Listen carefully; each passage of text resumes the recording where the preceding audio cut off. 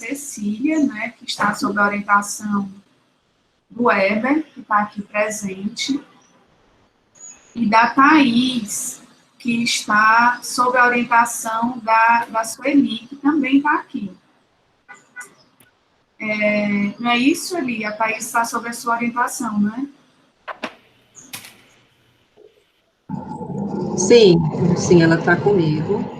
Ela deve estar chegando, porque a apresentação dela está pronta, enfim.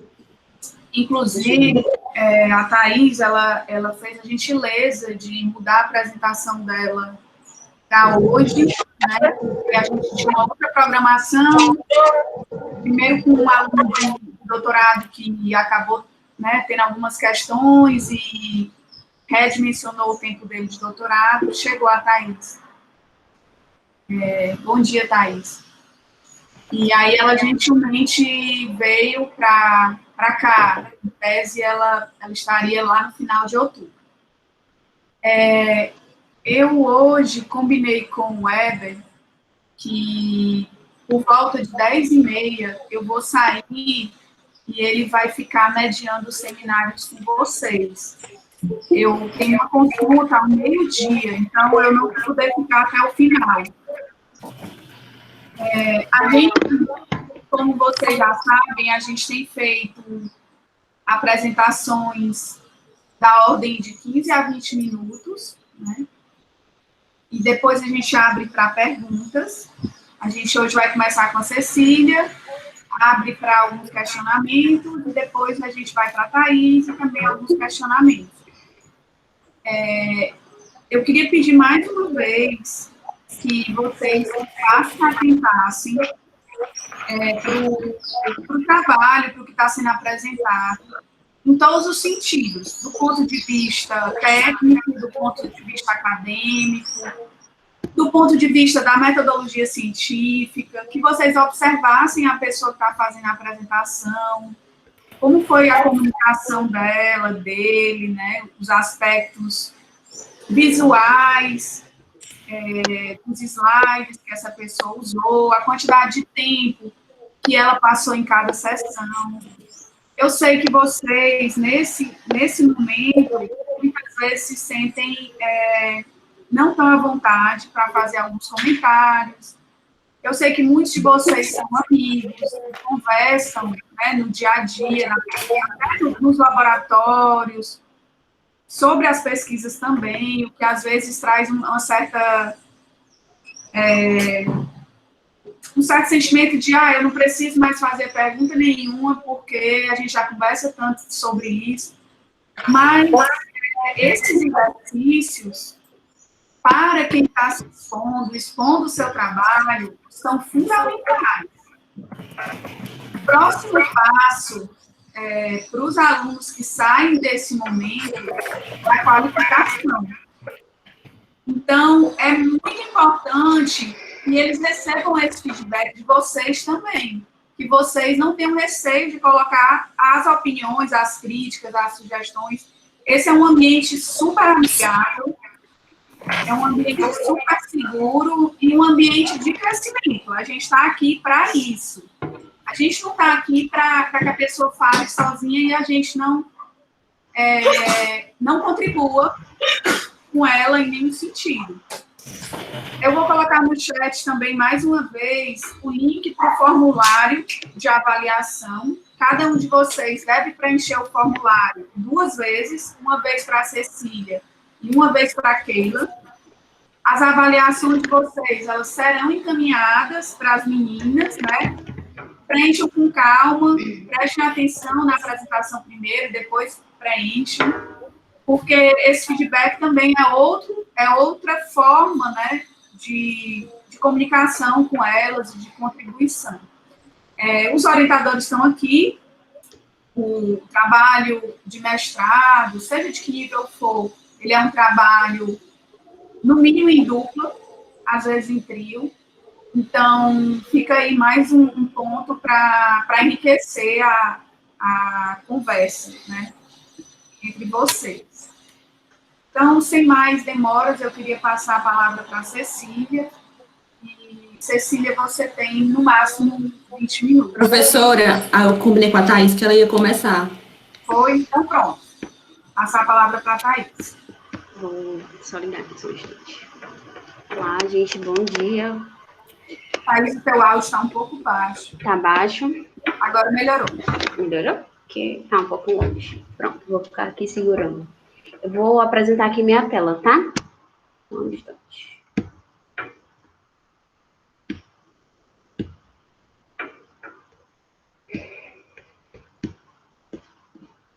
Pronto, vocês estão conseguindo ver já? Não, né? Eu ainda não. Agora está carregando, Thaís.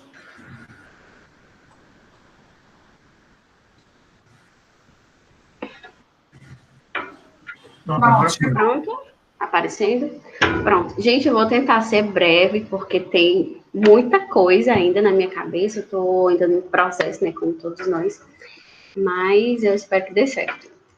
Eu sou Thaís Cavalcante, eu sou orientada pela professora Sueli e co-orientando pelo professor Lucas Lavadopoulos. E o meu tema, ele é o uso de técnicas de geometria para avaliar a rigidez de solos finos estabilizados quimicamente, né, com uso na pavimentação. Vou começar fazendo um brief, que é o que dizendo o que é que eu vou apresentar de uma maneira bem sucinta mesmo. Vou tentar ser o mais sucinta possível. Então, eu vou começar contextualizando de onde foi que veio o meu problema, quais foram as questões que eu elaborei diante desse problema, os objetivos e a minha revisão bibliográfica, ela vai ser bem breve, até porque ela está em todo o meu trabalho, todos os momentos que eu estiver falando, vocês vão ver que tem embasamento. A minha metodologia vai ser a parte que eu pretendo demorar um pouco mais do que as outras partes, porque o meu trabalho ele é metodológico. Tenho alguns poucos resultados preliminares, mas eu vou falar sobre eles e vou fazer algumas considerações, né? Ainda não tenho conclusões, mas eu tenho algumas considerações sobre esses resultados e depois eu vou apresentar meu cronograma para vocês, tá? Vamos lá. A primeira parte, como eu falei, seria o problema de pesquisa, contextualizar por que eu estou estudando o que eu estou estudando. Todos nós sabemos que a questão da pavimentação, ela impacto diretamente econômico em todo o desenvolvimento do país, né? Então, eu preciso fornecer acesso mínimo. Então, as pessoas precisam ir para o trabalho, elas precisam estudar, elas precisam se deslocar. Esse acesso mínimo, ele precisa vir vinculado com a questão da sustentabilidade e a tecnologia. Porque se eu tiver apenas, vamos supor que eu tenho, o Brasil é um país muito rico, ele tem muito dinheiro para construir todas as rodovias que ele quiser. Então, teoricamente, ele construiria com a maior tecnologia possível, sem se preocupar tanto com a questão da sustentabilidade, talvez. Mas não é nossa realidade. Na nossa realidade, a gente tem pouquíssimo recurso para produzir um material de qualidade. Então, o meu problema começou aí. Tudo bem, a gente precisa pensar em sustentabilidade e tecnologia. O problema de hoje é que é o seguinte, nossa forma de pensar em sustentabilidade está vinculada a estabilizar esse material, né? Eu vou procurar usar menos materiais convencionais, né, que são os materiais que a gente já encontra de qualidade na natureza, e vou tentar estabilizar os que têm menos qualidade, que aí eu geraria tanto questão econômica, eu diminuiria os gastos, quanto eu usaria, talvez, material que fosse rejeitado na natureza, por exemplo, as cinzas, o RCD, então faria uma estabilização aí granulométrica, no caso. O meu trabalho, ele está mais vinculado com a estabilização química, tá? Por quê? O que é que acontece? Na estabilização química, eu preciso de protocolos muito exaustivos. Eu vou testando algumas quantidades. Para quem não sabe, estabilização química, eu vou colocar aglutinante no mineral. Vou colocar, por exemplo, cimento com solo. E aí eu vou melhorar as qualidades e as propriedades mecânicas desse material. Então, para eu fazer isso, eu tenho que testar vários teores, eu tenho que esperar longos tempos para a cura desse material. Então, é um processo muito exaustivo, como eu já falei, além de ter muito gasto, tanto por conta do tempo, né, quanto pelos equipamentos que eu preciso utilizar. Por exemplo, o modo de resiliência, que ele está entrando agora como um ensaio muito importante, ele é um material que no Ceará a gente só tem na UFC, então é um custo muito grande. Então, eu pretendo, com a minha pesquisa, se dando tudo certo, né, diminuir esses gastos, principalmente na fase dos estudos geotécnicos. Aí, pensando nisso, né, eu elaborei minhas questões de pesquisa. Tudo bem, eu quero diminuir a trabalhabilidade do ensaio, eu quero reduzir tempo, eu quero entender como é que está funcionando a questão da reação química, mas como é que eu vou fazer isso, né? Aí eu saí lendo vários trabalhos de outras áreas, e aí eu cheguei a essas questões. Primeiro, qual é a consequência? Tá trocado aqui, se vocês perceberem. Vou começar aqui pelo de baixo. Qual a geometria? Para mim, era o ponto mais importante. Qual a geometria que eu vou utilizar para poder colocar esse material em um reômetro e ser ensaiado e eu conseguir obter os parâmetros que eu quero, né?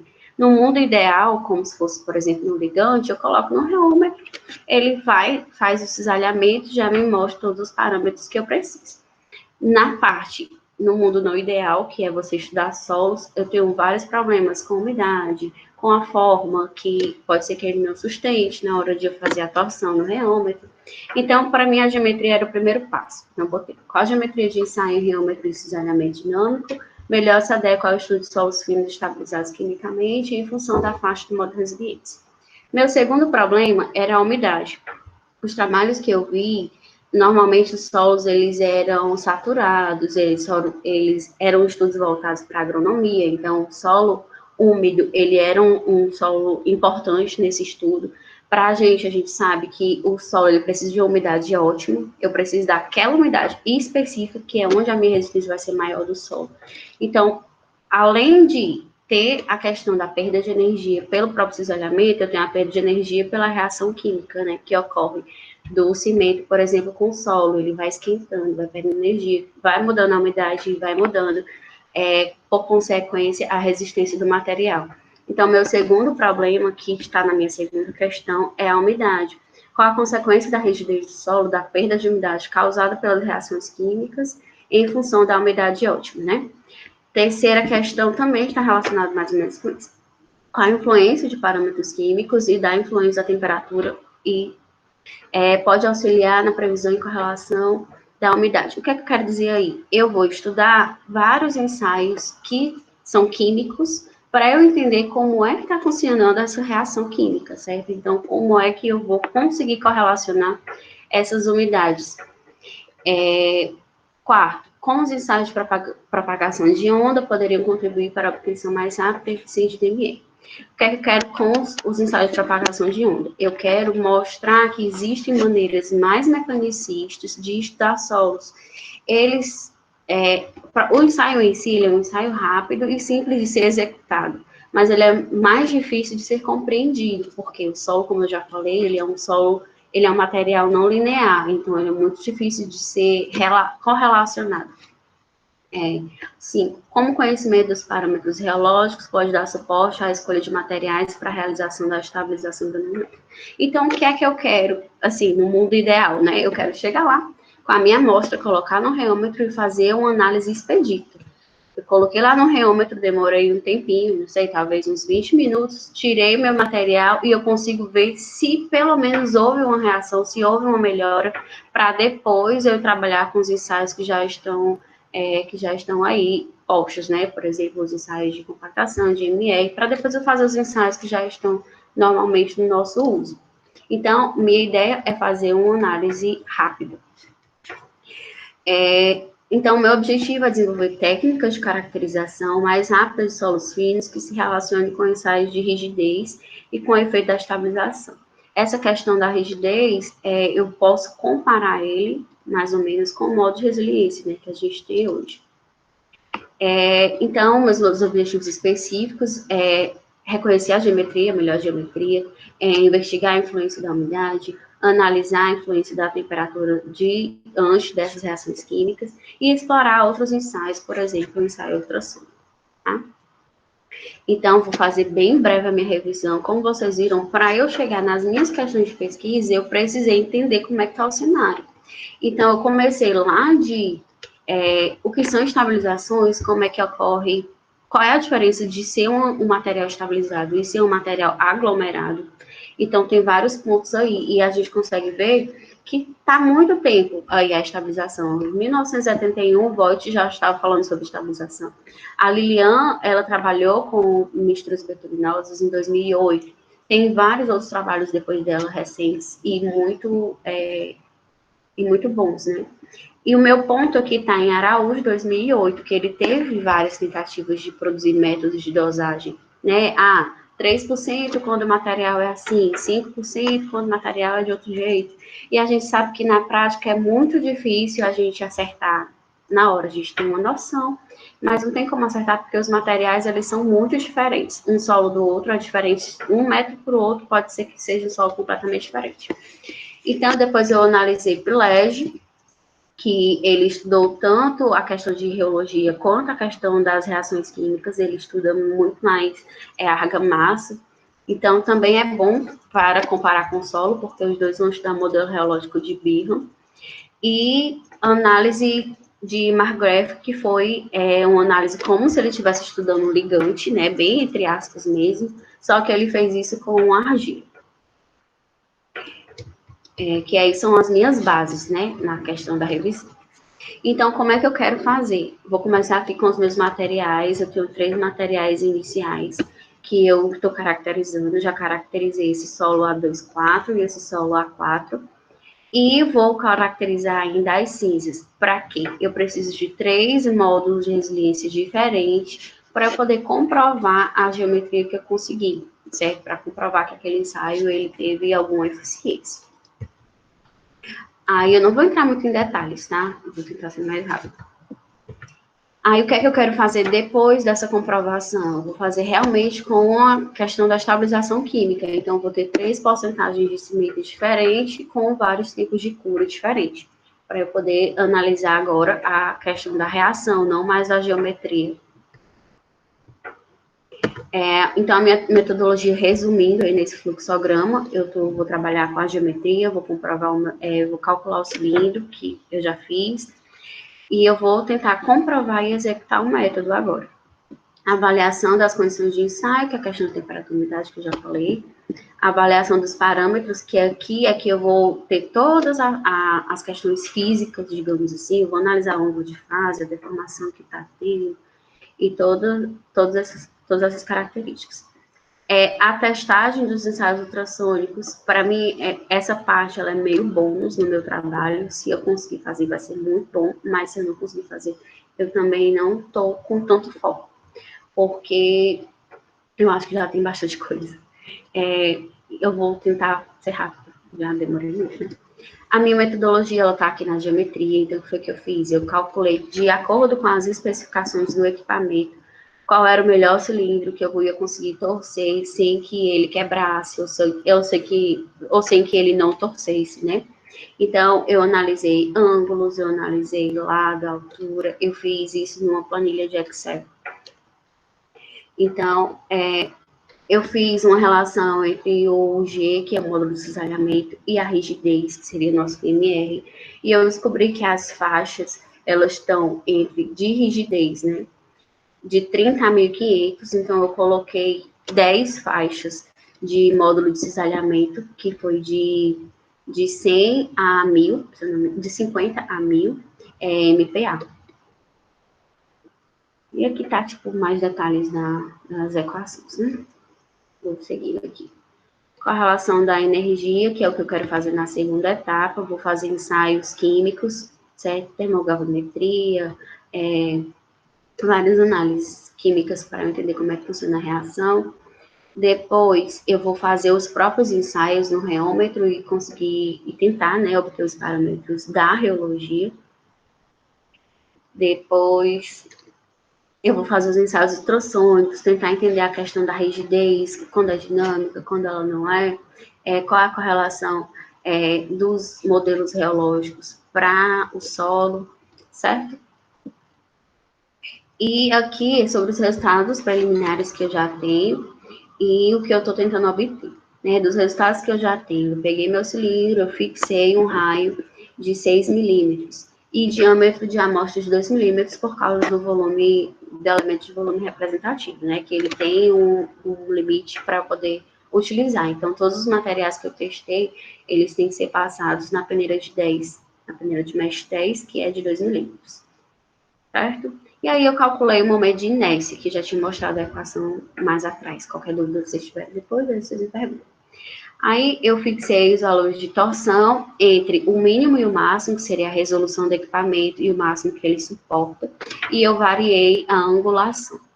Quando eu variei essa angulação, eu percebi que tinham muitas alturas possíveis, então seria vários tipos de cilindro. Então foi o que eu fiz, eu fixei a altura também. Quando eu fixei a altura em 25 milímetros, 50 milímetros, 75 milímetros. E aí eu consegui, através dos meus resultados, que eu vou colocar daqui a pouco, eu consegui entender que eu consigo realizar ensaios a partir de MR de 100 MPa, certo? Com essas especificações que eu fiz e diante das especificações do equipamento. Então, o que é que eu pretendo fazer agora? Fazer aquelas porcentagens que eu falei, né, os tempos de cura diferentes, e testar com o cilindro já confeccionado. Só que para isso eu preciso confeccionar o cilindro. Aqui é só uma amostra da tabela, que são 3 fases. Esse cinza é a deformação do modelo que eu quis deixar. Eu considerei fazível, digamos assim, no ensaio, quando essa deformação fosse menor do que 300 microstrand. Então, a partir de 100 MPa, 50 ainda não foi, a partir de 100 MPa, eu tenho uma deformação razoável que eu consigo realizar meus ensaios, certo? Aqui seria os de 50 milímetros, 25 e de 75. Um resumo bem rápido das especificações. Se eu for usar um ensaio de 50 milímetros, do cilindro de 50 milímetros, eu vou usar essa tabela com essas especificações. E, deixa eu passar aqui. Aí aqui foi o cálculo da energia do soquete que eu precisei calcular para colocar a energia no meu material no novo cilindro. E eu fiz isso com base na equação normal de energia. Equação básica de energia. E aqui foi o cilindro que eu calculei e que eu desenhei. Agora falta só confeccionar. Ele tem muitos detalhes, então não é fácil pedir para alguém confeccionar, né? Eu tô ainda... esse é o meu ponto, meu obstáculo agora. E é isso. Eu espero que vocês tenham entendido. Vou aqui para o meu cronograma, né? Eu pretendo, se der tudo certo, já qualificar agora entre outubro e novembro e defender em fevereiro. Isso que na minha cabeça, né? Na minha meta, não sei se vai dar certo, mas eu espero que dê. E aqui é meu cronograma mais detalhado, né? Toda semana os ensaios que eu pretendo fazer e os resultados que eu preciso chegar, nem dá para ver direito, era mais para vocês verem que eu tenho um cronograma mais detalhado de ensaios. E aí, com isso, eu pretendo qualificar aqui no finalzinho de outubro. Esse aqui é o link do vídeo que tem da minha apresentação, esse link está no YouTube, então se alguém quiser entender, ele só tem 3 minutos. Então, eu resumo isso em 3 minutos. Aqui são os meus agradecimentos ao laboratório, à CAPES, à Petrobras e ao Petran. E é isso, gente. Obrigada. Qualquer dúvida, só falar. Espero que dê para ter entendido alguma coisa. Thaís, foi perfeito. Cumpriu direitinho o tempo, tá? Eu vou passar a palavra para o professor Eder, eu estou de saída, como falei para vocês. Desejo que a sessão de perguntas e respostas seja bem produtiva. Obrigada. Obrigado, Verônica. Obrigado, Thaís, pela apresentação. Alguém tem alguma pergunta, algum questionamento para fazer a Thaís? Alguma dúvida, algum esclarecimento? Gente, eu vou tirar minha câmera. Ele ou o Lucas querem fazer algum complemento, algum da fala da Thaís?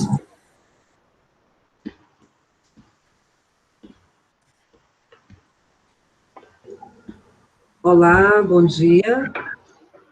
Bom dia a todos. Bom dia. Thaís, você apresentar. Voltei aqui. Tá aberto, não? Oi, professora. Já que você é apresentadora, você tem que estar com a câmera aberta. Pronto, voltei. Não, eu queria só fazer alguns comentários muito breves com relação ao trabalho da Thaís, né? A gente tem expectativa que o trabalho dela dê certo, né? Essa ideia de diminuir amostras para que a gente possa retirar parâmetros mais rápidos de compatibilidade, tipo de solo com determinados tipos de estabilizantes, se a gente conseguir avançar, eu diria, nessa linha ao longo dos próximos 10 anos, né? Eu falo ao longo, porque o trabalho da Thaís, ele não fecha, né? A gente não consegue fechar isso em 2 anos. Essa técnica, essa tentativa de se encontrar um método rápido de laboratório para poder estabilizar materiais vem sendo tentada desde a década dos anos 60, com insucessos, e a gente já consegue prever os insucessos por conta da grande variedade de materiais, de solos que a gente tem e tudo mais. Então, eu acho que a gente está seguindo uma linha que a agronomia usa muito, mas usa para outras finalidades, e agora com a presença do Lucas, que eu queria também, né, agradecer, o Luquinha está por aqui, e ele já tem um conhecimento geológico do uso de argamassas, e a gente vai trazer essa ideia aqui para a parte de pavimentação. Então, eu diria que isso é importante porque vai diminuir a coleta de materiais, vai diminuir, possivelmente, se a gente encontrar esse caminho, né? Eu sempre digo, ao longo desses 10 anos, pode ser, eu acredito que o trabalho da Thaís comece, ele não finaliza, porque a gente vai ter que entrar com vários tipos de solos, com vários tipos de estabilizantes, enfim, tem uma infinidade de coisas a serem testadas, é um experimento fatorial. Então, se a gente conseguir chegar ao longo dos próximos 10 anos, eu diria que a gente vai dar uma boa contribuição, né? Se a gente conseguir, pelo menos, dizer, olha, determinado tipo de solo, ele vai ter um comportamento melhor, com tal tipo de estabilizante, a partir de ensaios mais simples. E se a gente ainda conseguir modelar esses materiais, através de parâmetros de rigidez, de deformação permanente, a gente vai conseguir construir um bom banco de dados para que, mais uma vez, daqui a 10 anos a gente possa olhar para trás e a gente tenha um entendimento melhor e não fique no laboratório fazendo testes de erros e acertos, que é o que a gente faz convencionalmente, por conta, mais uma vez, de tentar ter métodos expeditos e a gente não consegue. Os métodos dos anos 60, ela citou a tese do Arielton, e recentemente na UPET tem um cara que está fazendo doutorado e testando os mesmos métodos, que é o método de Thompson, Eads e Green. E a gente nunca obteve sucesso, porque o que o ensaio preliminar diz, o ensaio mecânico diz, eu diria. Então é isso, eu queria só encorajar a Thaís, né, agradecer também a orientação do Luquinha, porque acho que essa eu diria que é uma linha dentro da linha de caracterização de materiais que a gente pretende atuar nos próximos 10 anos, e queria agradecer pela coragem, né, da Thaís também enfrentar esse tema, e, enfim, eu tenho grandes expectativas com relação a esse trabalho, para que realmente a gente possa diminuir esforço amostral, tamanho de amostra, conseguir acertar melhor na previsão das propriedades. E eu acho que é isso. Aí, enfim, né? Complementando a fala, já agradeço o convite para a orientação, eu acho que e parabenizando a Thaís também, eu acho que esse é um tema bem desafiador, eu me empolguei muito com o tema, né, surgiu na disciplina de Geologia de Materiais de Construção que a Thaís fez comigo lá no PEC, e ela viu o potencial daquilo para solos, para diminuir essas amostras, é algo que realmente tem um potencial de encurtar os caminhos, eliminar rapidamente materiais que não vão ser úteis, e é o maior prazer estar participando do trabalho, só para agradecer a participação. Lucas, a Sueli. Thaís, uma dúvida, o teu trabalho, por enquanto, ele está utilizando ligante asfáltico na mistura para estabilização do solo, não? Não, eu vou estabilizar ele com cimento. Com cimento. A gente vai fazer um cilindro, assim como eu mostrei no desenho, ele vai ser um cilindro, ele não vai ser do jeito que normalmente as pessoas fazem com ligante, ele vai ser torção. Tá, mas aí, pelo que a Sueli falou, a ideia é estender, né, Sueli, a pesquisa para outros estabilizantes, né? Começa agora com... Sim. A África falou cimento, eu entendi que era o cimento asfáltico, mas é o cimento Portland, né? Cimento Portland. Tá. Aí depois pode indicar outros estabilizantes com outros solos. A ideia é mais né? É uma matriz, né? Com isso, C com isso, A com B, C com D, né? A com F, mais ou menos isso, né? Por isso que eu coloquei os 10 anos aí de preview aqui da minha cabeça. Vários estados lançam novos produtos como estabilizante. Oi, tá cortando? Cortou um pouco a sua fala anterior. Oi. Não, é só para ressaltar a história dos 10 anos, que eu diria que talvez a gente tenha até mais, porque, enfim, são vários tipos de estabilizantes que vão combinar com diversos tipos de solos, e nesse caminho a gente sabe que vários obstáculos vão surgindo, né? E a gente adapta o programa experimental para poder compatibilizar com essas novidades que a gente encontra no caminho. Mas, enfim, acho que, inclusive, também é uma coisa bacana para quem lança novos estabilizantes, né? As empresas, já vi alguma coisa acontecendo lá atrás, mas eu imagino que, de repente, né, a gente tem cal, cimento, emulsão asfáltica, mas tem outros tipos de estabilizantes que podem ser desenvolvidos, inclusive com parceria junto com a turma da química, e a gente ter uma metodologia para poder testar isso mais rapidamente. Enfim, né? Linha nova.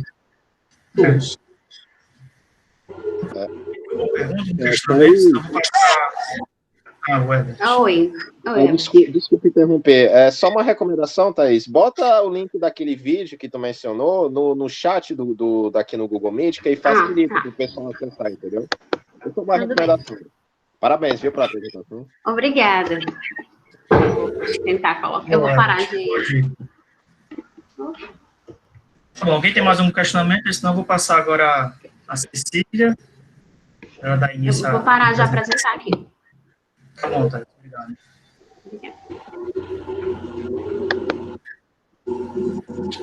Bom, Cecília, agora está com você, né? Então, como previsto, entre 15 e 20 minutos, a sua apresentação. Na sequência, a gente faz as discussões aí. Você está sem som, Cecília. Está ouvindo agora, professor? Agora estamos. A apresentação está sendo carregada, pronto.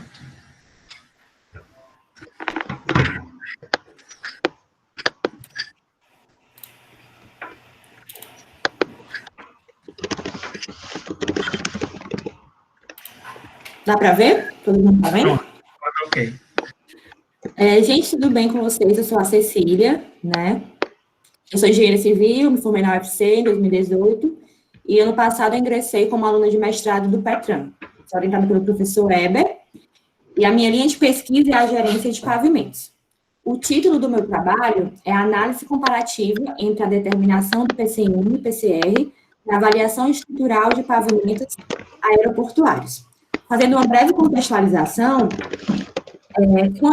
quando o operador ou a empresa aérea vai operar em um aeródromo, em um aeroporto, eles não têm muito interesse em saber a composição do pavimento. Isso para eles não importa muito, saber de que é feita a camada de base, se é uma BGS, se é um material cimentante, de que é composto a subbase, as espessuras, isso para eles não tem muita importância, né? O que eles realmente querem saber de forma direta e prática é quais modelos de aeronave podem operar no pavimento de forma segura, do ponto de vista estrutural, né? E diante dessa necessidade, a ICAO, que é a Organização de Aviação Civil Aeronáutica Internacional, instituiu, em 83, o método ACN-PCN, né, que é o número, deixa eu colocar, que é o número de classificação da aeronave e número de classificação do pavimento, justamente para poder avaliar essa admissibilidade de operações. De lá para cá, o tráfego aéreo mudou, né? Novas aeronaves foram entrando no mercado, com maiores cargas de roda, com maiores pressão de pneus, enfim, os pavimentos também são submetidos a maiores forças de frenagem para poder diminuir o tempo de ocupação da pista, mas, paralelamente a isso, o método de avaliação estrutural, a CNPCN, não sofreu grandes atualizações, certo? Outra coisa também que é muito questionado é que o método de dimensionamento de pavimentos, eles gradualmente vem migrando para ser um método racional, baseado na análise linear elástica, né? que considera a resposta do pavimento tensão deformação, mas o método ACN-PCN, o de avaliação, ele não é compatível com o de dimensionamento, ele ainda é empírico, ele não considera a resposta e ainda é baseado no CBE. Já em 2018, a FAA, ela sugeriu que esse método fosse mudado pelo ACN-PCN, ACR-PCR, né? E a previsão da ICAO é que esse método comece a ser utilizado ainda esse ano, mas que seja totalmente implementado até 2024, certo? E aí, diante dessa mudança, dessa substituição, fica um questionamento, né, para a comunidade técnica, científica, sobre a mudança em si desses métodos, né? Qual a diferença dos dados de entrada? Será que agora eu vou precisar de dados que antes eu não precisava utilizar, que eu não levava em consideração? Como é a forma de análise, né? Os resultados vão ser muito discrepantes, diferentes. Quais as vantagens da mudança e também as desvantagens? O novo método tem algumas limitações, quais são as premissas deles? Tudo isso fica de dúvida, né? Como problema de pesquisa, gente, eu posso retratar que há uma necessidade, né, de um método confiável que relaxe a capacidade estrutural dos pavimentos, porque, veja só, se eu uso um método que não retrata realmente o meu pavimento, e aí, a partir disso, eu permito que aeronaves inadequadamente operem no meu pavimento, causando danos excessivos, e que, ao longo do tempo, esse pavimento possa entrar em colapso, né? Isso vai afetar a minha segurança da operação e também podem aparecer defeitos estruturais que não estavam previstos, aumentando o custo de manutenção, né? Como justificativa, tem a necessidade de entender a mudança dos métodos e o impacto na substituição dos mesmos, né? E se isso trará também avanços significativos em relação ao desempenho dos pavimentos. Como questão de pesquisa, fica quais as diferenças entre os dados de entrada, forma de análise e resultado dos dois métodos, e como isso afeta a admissibilidade de operações. Será que aeronaves que antes eram permitidas operar livremente, agora vão ter as operações restringidas? E o novo método, ele permite que os pavimentos agora se tornem mais duradouros, né, com maior vida útil? Os objetivos, né? O geral é justamente esse, de forma mais abrangente, analisar o impacto da mudança das metodologias de determinação do PCN e do PCR na avaliação estrutural e na segurança operacional dos pavimentos aeroportuários.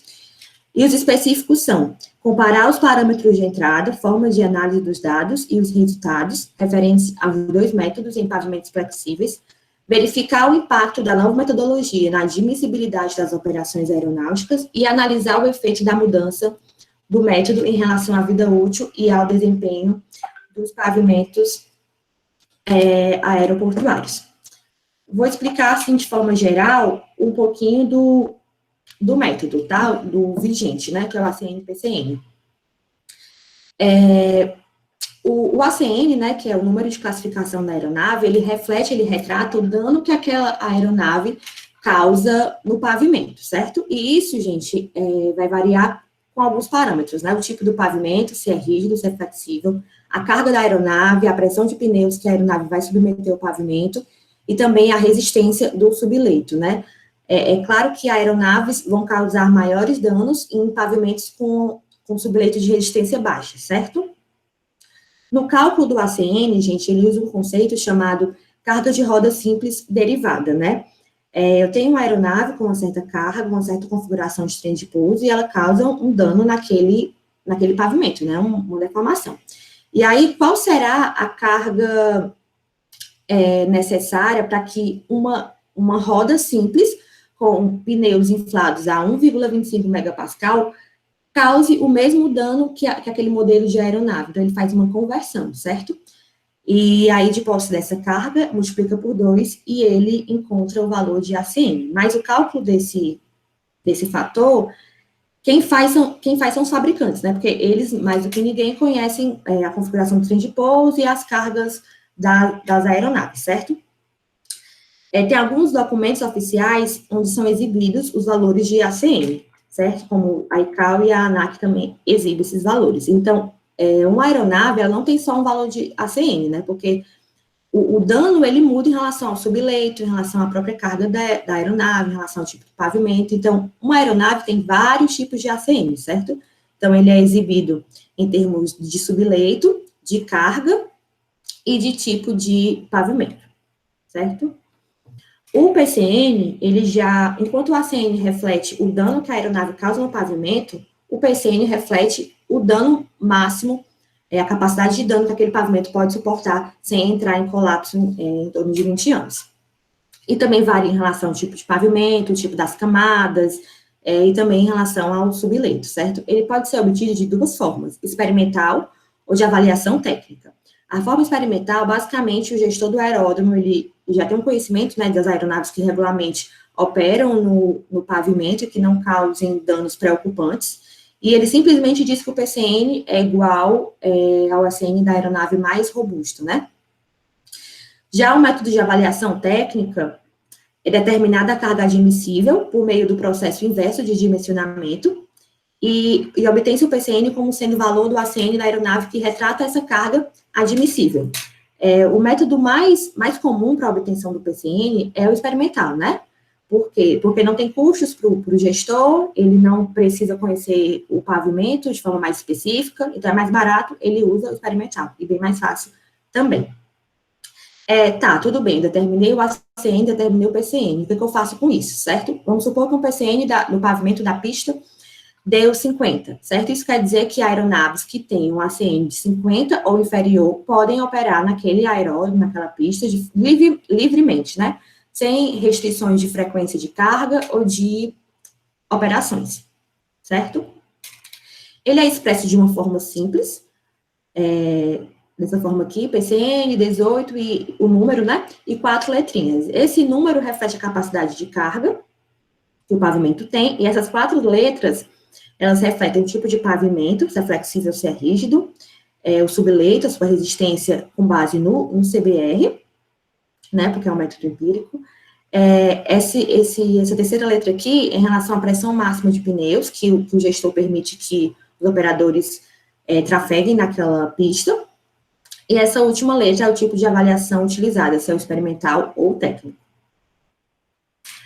Gente, na minha revisão, eu vou comparar, né, o PCN com o PCR, mas como é um método novo, o ACR-PCR, não existem autores que fizeram essa comparação ainda. Então, me baseio mais por autores que criticaram o método anterior, o método vigente, certo? Esse primeiro autor, ele já critica aquele conceito básico do cálculo do ACN, né, que faz enfim, que usa a carga de roda simples derivada, porque ele acha que essa roda simples, com um valor constante de pressão, ele não impõe o efeito equivalente da engrenagem real, do modelo real da aeronave. Outra coisa também que ele critica é a confiabilidade do valor de ACN. Ele fez uma comparação, pegou 2 aeronaves, certo? Com uma ACN de 43 e outra de 52, e com base no método vigente, esses valores, o que eu interpreto com eles, né? Obviamente, eu penso o quê? Que a aeronave com a ACN de 52, ela causa mais danos ao meu pavimento, ela é mais prejudicial do que a aeronave de 43, certo? Só que quando ele analisa as deformações na parte inferior do revestimento e no topo do subleito, ele verifica que não, que é aquela aeronave que tem um ACN menor de 43, que ela é mais prejudicial ao meu pavimento. Outra coisa também que ele critica é as aeronaves operarem ali de forma irrestrita só porque elas têm um ACN menor que o PCN. Ele verificou e ele concluiu que o subleito até sim atende às operações irrestritas, mas a camada de asfalto, ela falha, ela entra em colapso, ela não atende aquelas coberturas de forma irrestrita, certo? E também critica, né, que o método ainda é empírico, que é baseado no CBR e não oferece uma confiabilidade adequada. Outro autor também é o White, né? Ele publicou um artigo em 2016, que ele também critica que o valor de ACN só muda em relação à categoria do subleito, né? Mas o que ele acredita é que 2 aeronaves, uma mesma aeronave com certo valor de ACN vai causar danos diferentes, dependendo da espessura, da profundidade do pavimento, certo? Isso também iria influenciar o dano. Não só a resistência do subleito em si. Outra coisa também que ele fez, ele comparou a proteção da superfície, certo? A proteção da superfície, no método vigente, ela fica a cargo apenas do limite de pressão de pneus que o gestor atribui, certo? Só que ele comparou duas aeronaves com cargas de rodas diferentes, mas, enfim, tem configurações de trem de pouso também diferentes, e no final resultaria em uma pressão de pneu igual. Em tese, elas causariam o mesmo dano ao revestimento, né? Mas isso não é verdade. Ele observou que, mesmo com a pressão de pneu igual, a aeronave de maior carga, ela gera tensão de cisalhamento na superfície maior. Enfim, o método novo, o ACR-PCR, ele mantém a simplicidade do método, né? Ele vai ser expresso também com aquele número e aquelas 4 letras, mas o que ele faz é incorporar um método mecanístico empírico, né? Baseado na análise linear elástica. Outra coisa também que ele promete é assim: toda vida que uma aeronave trafega no pavimento, ela causa um dano, né? E esses danos são acumulados à medida das passadas. Então, esse método, ele permite quantificar a contribuição máxima de cada um dos modelos da aeronave que compõe aquele mix, certo? E isso não acontece no vigente. O que acontece é que os tráfegos das aeronaves, eles são convertidos em um número de cobertura da aeronave crítica, né? Então, é como se só uma aeronave trafegasse ali, e isso não é verdade. Então, mais uma vez, ele mantém aquela simplicidade do método, não vai ser expresso da mesma forma. A diferença é que o subleito ele vai ser em termos de elasticidade e não de CBR, certo? Ele também usa o conceito da carga de roda simples derivada, só que os dados de entrada vão mudar, né? Vou precisar agora do módulo de elasticidade, do coeficiente de poação, coisa que eu não precisava antes, mas vou continuar tendo que saber o tipo de material e as espessuras da camada, certo? E os dados de tráfego também, né? Os modelos que operam ali, os números de pouso decolagem de cada um desses modelos. Enfim, para fazer essa comparação entre a determinação do PCN e do PCR, eu preciso entender os dois métodos, né? Então, eu preciso fazer uma revisão bibliográfica dos materiais de guias, dos documentos que descrevem esses métodos. O primeiro, né, o PCN, ele já é bem difundido, né? Ele tem um material oficial da ICAO, de 83, mas o PCR, ele ainda não foi disponibilizado um documento semelhante, né, que realmente descreve detalhadamente como é que funciona tudo. Então, eu me baseio em artigos, certo, que os idealizadores do método estão publicando. Inclusive, eu mantenho um contato com um deles, que é um francês, o Cyril Fabre. Então, mais de forma informal, não tem um documento formal ainda. Tá, então, para comparar isso, eu preciso entender esses métodos, né, para poder comparar, e preciso aplicá-los, certo? Onde é que eu vou fazer essa aplicação, esses estudos de caso? Eu escolhi 4 aeroportos, certo? O de Florianópolis, de Rondonópolis, de Fortaleza e de Juazeiro, para fazer essa minha análise comparativa. O cálculo do ACN e do ACR, o que eu preciso para fazer? Né, os dados de tráfego, o mix de aeronaves, né, o número de pouso e decolagem de cada um desses modelos, a carga de operação, a pressão de pneus, o tipo do pavimento, conhecer também as condições do pavimento, né, se é flexível, se é rígido, a composição das camadas. Para fazer o cálculo do ACN, existe um programa da ICAO, um programa oficial, né, que é o ICAO ACN 1.0. E para fazer o cálculo do ACR, embora seja um método que não entrou em vigor ainda, já existe um programa que faça esse cálculo, que é o ICAO ACR 1.3. Então, vou utilizar esses 2 programas, tá? Tá, calculei os ACs, e agora vou calcular o PCN e o PCR, né? O que eu preciso também? Conhecer a posição da estrutura, né? O módulo de elasticidade, o coeficiente de poação e os dados de tráfego. Aqui, o que acontece?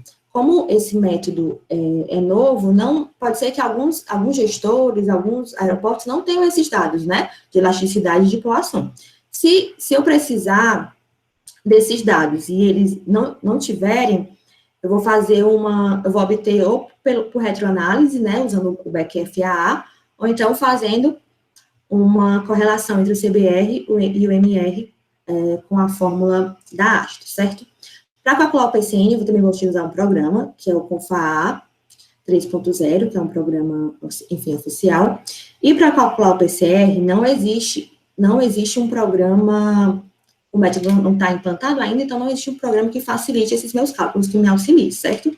E aí, existe eu mantenho contato com o Siri, que eu já falei, né, que é um dos idealizadores do método, e ele faz esses cálculos para mim, utilizando o ALICE LCPC, né. Eu não fiz eu mesma usando esse programa, porque não é um programa que faz isso de forma automática, né, ele faz várias iterações, quem vai operar o programa, mas eu mesma não utilizo porque é pago, né, tem que ter uma licença, não é gratuito o programa. Aí, ele que faz para mim. Próximo passo, né, calculei o ACN, calculei o PCN, calculei o ACR, calculei o PCR, o que eu vou fazer? Vou comparar, né, os dois, e vou avaliar a admissibilidade das operações, né, das aeronaves. Eu vou observar, será que aeronaves que o método ACN e PCN permite operar naquela aeródromo, será que as mesmas também vão ser permitidas no novo método, ou será que elas vão ter suas operações restringidas? E agora o pavimento não pode mais suportar aquele dano. Isso que eu vou avaliar, certo? No cálculo da vida útil, né, que eu também quero verificar se esse método vai trazer benefícios ao desempenho, à durabilidade do pavimento, eu vou calcular o CDF, que é o fator de dano acumulado, do subleito e do revestimento, usando o FAFILD, que é um programa também da FAA, certo? Nos resultados, eu tenho alguns preliminares, né? Eu vou fazer as minhas análises em 4 aeroportos, mas como eu já fiz em 2, certo? Como resultado preliminar, que foi o de Florianópolis e o de Rondonópolis. Enfim, eu conheci, né? Fui atrás de saber como é que é composta a estrutura, né? Quais as camadas, quantas camadas tem, qual a espessura dessas camadas, enfim, tanto do Hercílio Cruz, quanto do Maestro Marinho Franco, que é o de Rondonópolis, certo? E eu fiz esses cálculos usando o CONFA. Tá, então eu peguei aquela estrutura e calculei os ACN, PCNs e ACR e PCR dos dois aeroportos, certo? Como resultado preliminar, eu obtive esses aqui. Aqui são os valores de PCN e aqui os de PCR, de cada um dos aeroportos. O que eu percebi? Eu percebi, de cara, que o novo método, ele tem uma ordem de grandeza maior, né? Enquanto esse aqui dava 77 para o de Hercílio Cruz, esse aqui deu 601. Mas isso, gente, basicamente, é para poder não confundir o operador, quem está olhando essas informações, qual foi a metodologia que foi utilizada para calcular aquela capacidade de carga do pavimento, né? Então, essa aqui, o novo método tem uma ordem de grandeza maior, certo? Outra coisa que eu percebi também foi em relação ao CDF, né, o fator de dano acumulado. Eu observo que aqui dá 0,15, né, e aqui dá 2,46. O que esses valores significam? O que esse CDF quer dizer? Quando o CDF é 1, gente, quer dizer que o meu pavimento, ele vai durar, vai ter uma duração igual à vida útil de projeto, que geralmente são 20 anos, né? Quando ele dá menor que 1, quer dizer que o meu pavimento, ele vai durar muito mais que o tempo de projeto, certo? Porque ele está sendo subutilizado. Ele poderia ser menos espesso. E quando o CDF dá maior que 1, quer dizer que a minha estrutura vai entrar em colapso antes do tempo previsto. Então, isso não é muito interessante, né? Não é muito interessante que o CDF da estrutura dê maior que 1. Aí, o que eu observo? Eu observo que o método diz que um pavimento está sendo subutilizado, com o CDF de 0,15, muito longe de 1, muito longe da vida útil de projeto, e já o outro método já está dizendo para mim que aquela estrutura está condenada, né? Que ela vai entrar em colapso antes do tempo previsto. E a primeira daria uma vida útil de 126 anos, e o segundo método já indica que aquele aeroporto tem uma vida útil de 8 anos, certo? Isso aqui foi para o aeroporto de Floripa, né? Mas quando eu olho para o aeroporto de Rondonópolis, que é a segunda coluna e a sexta coluna, eu observo a mesma coisa, né? A ordem de grandeza é diferente, observo CDFs também muito superiores do método anterior. Mais uma vez, esse método aqui está dizendo que o pavimento está subutilizado, esse aqui está condenando a estrutura. A vida útil também, ele está me dizendo que aqui tem 120 anos, e o segundo método está me falando que são 13 anos, são vida útil muito diferentes, tá? E outra coisa, quando eu olho o valor de PCN e comparo com todos os valores de ACN das aeronaves que operam ali, eu observo que a aeronave de maior dano, ela tem uma ACN de 65, enquanto o PCN da estrutura é 77. Então, quer dizer o quê? que todas as aeronaves podem operar ali de forma irrestrita, sem maiores problemas, certo? O do Maestro Marinha Franco diz a mesma coisa também, PCN 44 e o ACN 36, então todas as aeronaves podem operar ali livremente. Quando eu olho para o método ACR-PCR, ele me fala coisas diferentes em relação a esses aeroportos, né? Ele já restringe a operação da Airbus 350, porque ele fala que o ACR desse modelo é 674, enquanto o pavimento só pode suportar até 601, certo? Então, ela não pode mais operar livremente, como o método anterior dizia. E a mesma coisa no segundo aeroporto, no Maestro Marinha Franco, né? Ela também restringe a operação do Boeing 737 naquela pista. Então, foi isso que eu observei, certo? Que uma mesma estrutura validada pelo método anterior entraria em colapso na segunda, que, enfim, vai alterar ali a admissibilidade das operações, e que a vida útil também é diferente. Como conclusões preliminares, o que eu posso, considerações preliminares, o que eu posso falar, né?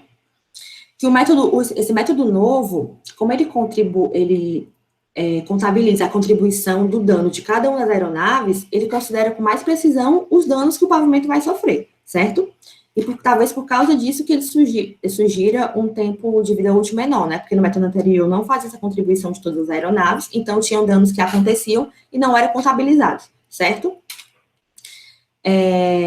Também observei que as aeronaves provavelmente vão ter operações restringidas, mas acredita-se que a introdução do método, com esse procedimento mecanístico empírico, ele vai trazer benefícios, né? Porque combinado com o surgimento de outros materiais e técnicas de construção também mais aprimoradas, permitirá que os operadores de aeródromos otimizem e acomodem de forma mais segura, né, as operações das aeronaves.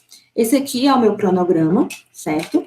Eu comecei a escrita da pesquisa em 2019, né? A revisão, começou com a revisão, né? Que na minha cabeça dura até o dia da defesa. A metodologia, eu comecei a definir no final do ano, novembro, dezembro, e pretendo terminar em janeiro de 2021. Os resultados, eu comecei a obter os primeiros agora em julho, certo? A submissão do primeiro artigo em congresso, que é necessário para a defesa, né? Foi feito pelo NAMPET em agosto. A qualificação está prevista para novembro, e o segundo artigo, que tem que ser submetido em revista, né, em periódico, tem que ser antes da defesa, mais ou menos ali por fevereiro, e a defesa em março. Enfim, gente, é isso. Alguma dúvida, algum questionamento? Obrigado pela apresentação. Alguém tem algum questionamento, algum esclarecimento, alguma pergunta aí para a Cecília sobre a apresentação?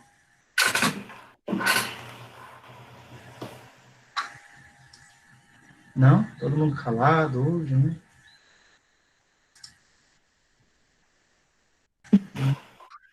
Só fazer um acréscimo aqui com relação ao trabalho da Cecília, a gente tem a oportunidade, né, de pesquisar essa parte de avaliação estrutural de pavimentos aeroportuários, vislumbrando algo que vem acontecendo já nos últimos anos aí com rodovias, né? Então, tem um método que está saindo ali do empírico, passando para alguma coisa mecanística empírica, para a nossa, talvez mais próxima, o medino, né?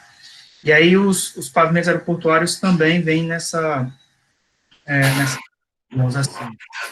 A questão também é que a gente não tem um método próprio de dimensionamento, né? Então, acho que cabe a gente estudar algo que seja específico aqui da nossa realidade de Brasil, para tentar mostrar um pouco do que é essas estruturas, né, de pavimentos aeroportuários. Engraçado que muitas vezes, quando a gente repassa para, por exemplo, a Cecília falou aí do Cyril, né, que é o que está nos ajudando lá na Airbus, com as análises, por conta do software, ele fica meio que impressionado com algumas estruturas nossas, de materiais, de texturas de camadas, tá? Então, isso talvez seja devido ainda à forma de se dimensionar pavimentos aeroportuários que acontecia aí no passado, né?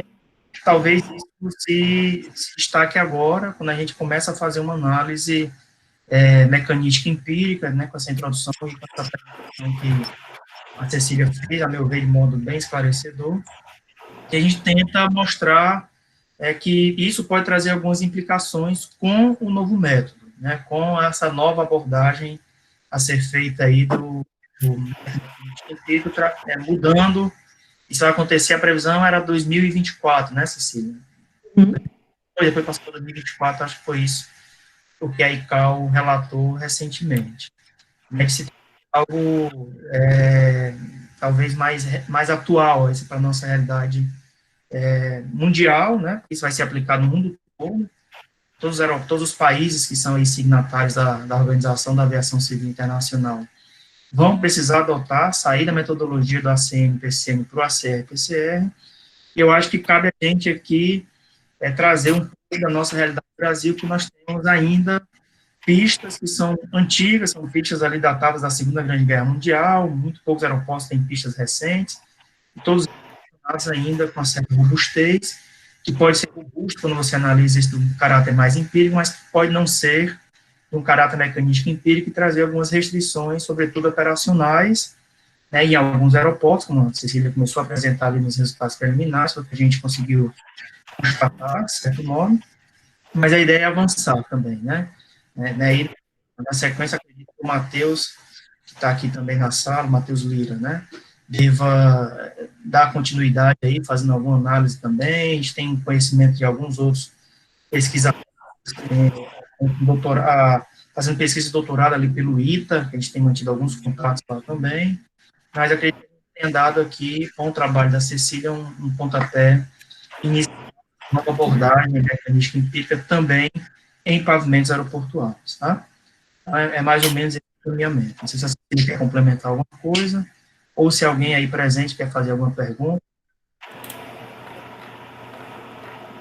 Na verdade, eu queria parabenizar mesmo as meninas, a apresentação foi muito boa, tanto a Cecília quanto a Thaís. A gente conversa o tempo todo, acompanha o trabalho, então realmente fiquei muito feliz. As apresentações foram muito boas mesmo, tanto da Thaís como da Cecília, estão de parabéns, né? Bom, acho que é isso. Se alguém quer perguntar mais, não, alguma coisa, quer fazer alguma pergunta? Se não, a gente encerra. Você está sem som, Thaís. Não, eu queria só dizer que quando eu estava nas disciplinas de seminários, eu não tinha coragem também de perguntar. Mas se alguém quiser perguntar, pode perguntar, eu não vou ficar com raiva. Gente, fica, né, com receio, mas também se tiver pergunta... Né? Você está do lado do apresentador, né, então... Se não tiver também, tá tudo bem. Obrigada. Mas e quem tiver também depois, não quiser fazer aqui de viva voz, manda aí um e-mail para a gente, né, para a Cecília, para você, Thaís, para os orientadores, orientador, no caso, o Lucas, né, e aí vai esclarecendo na medida do possível, na medida que a gente venha a obter aí de informação, tá? Está à disposição. Tá bom. Então é isso, pessoal. Agradeço a presença de todos, agradeço a Thaís, a Cecília pelas apresentações. A gente encerra por aqui este seminário de hoje, tá bom? Bom final de semana a todo mundo. Até a próxima. Professor, fique sorrindo para tirar uma foto. Pronto, a Cecília. Apareçam aí, quem quiser aparecer. Se quiser também aparece para poder a Cecília divulgar nas redes sociais interplanetárias. 1, 2, 3. Pronto, gente. Pronto. Tchau, gente. Até mais, pessoal. Até logo. Tchau, gente. Até a próxima. Bom final de semana.